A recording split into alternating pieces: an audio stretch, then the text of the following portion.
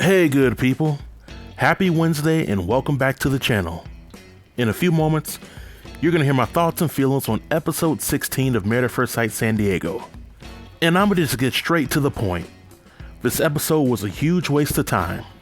Within a 2-hour time span, the cast members spend the bulk of the time talking to their friends and family members about their marital issues. Then there's a scene with the cast members going go-kart riding as a group. They also sit around as a group talking about their marital issues.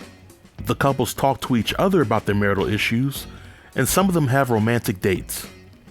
The episode ends with the couples parting ways before decision day.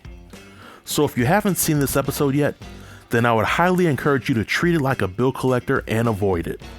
But if you want a proper summary of what happened during the episode, as well as my overall rating, then sit back, buckle up, and let's jump right in. First, I'm going to talk about Stacia and Nate. And let me start by saying that this episode essentially revealed more of the same with Stacia and Nate. Stacia is concerned with Nate because she feels that she cannot have a conversation with Nate without triggering his insecurities.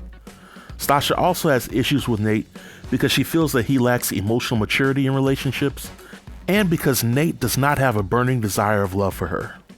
Nate, on the other hand, shares his concerns with having kids with Stacia, and he lets Stacia know that he is not in love with her, but the pathway towards him feeling that way is there. Now I can see both sides of the issue, and here's why. I think that in Stacia's mind, it took a lot for her to be in a place that allowed her to get the pickle tickle from Nate. And in her own words, Stacia needed to be in love with Nate in order to give him the box. So in Stacia's mind, she might actually be in love with Nate. But I don't think Nate interprets Stacia's words and actions as love.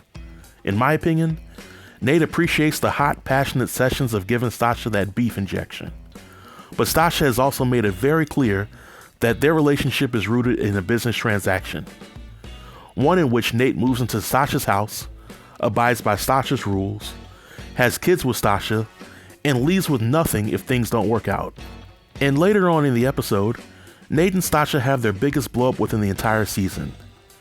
Nate feels some type of way that Stacia continues to question his genuineness and his motives, and the entire scene was draining to watch.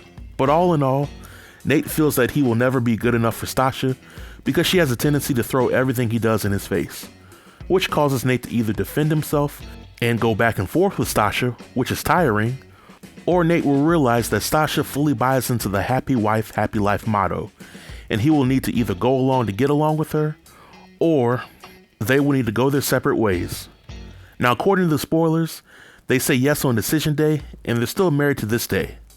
I still don't see how they get there, but we shall see. Next, there's Krysten and Mitch. Their very first scene together for this episode, we see them putting face masks on each other. This is complete and utter foolishness. But their scenes on this episode were confusing and they clashed with one another. For example, when Mitch meets with, I believe, his brother, he tells his brother that he is not in love with Krysten.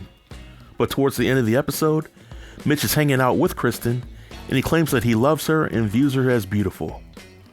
Also during the group scene, Mitch tells everybody that he and Krysten are on the fence about decision day. But Krysten tells the group some very specific things that Mitch needs to do in order to get a yes from her. I honestly feel that Krysten and Mitch are just playing it up for the cameras at this point, but Mitch simply isn't bright enough to fake it for the cameras until the season is over. I think it's pretty clear that these two won't stay married very long. Next up, there's Lindy and Miguel. And there's really not much to say about them for this episode. Lindy is initially shown talking to her friend about the issues that she had with Miguel during their resort. And we see flashbacks of the times where Lindy cut Miguel off during their serious conversations. Lindy brushes this off as being part of her personality, but as somebody who hates being cut off while talking, I see this type of behavior as being rude and insulting if done repeatedly. Lindy and Miguel are able to have dinner with one another, and they resolve a lot of the issues that they have, or at least pretend that they did for the cameras. And lastly, there's Alexis and Justin. Now, I'm not sure what happened between last episode and this one, but for this episode, Justin has done a complete 180.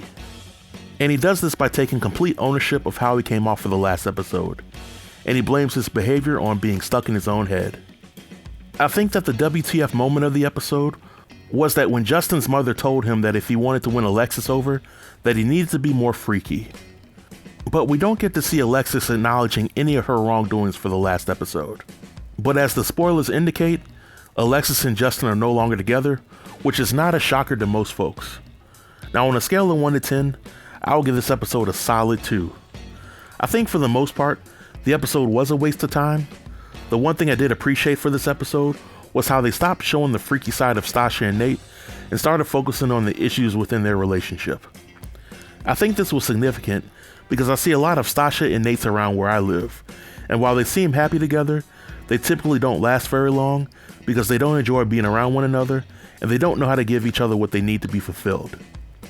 I think that showing Stacia and Nate on a platform like this could be a valuable lesson to people out there who share the same issues that they do. But this marks the end of my review.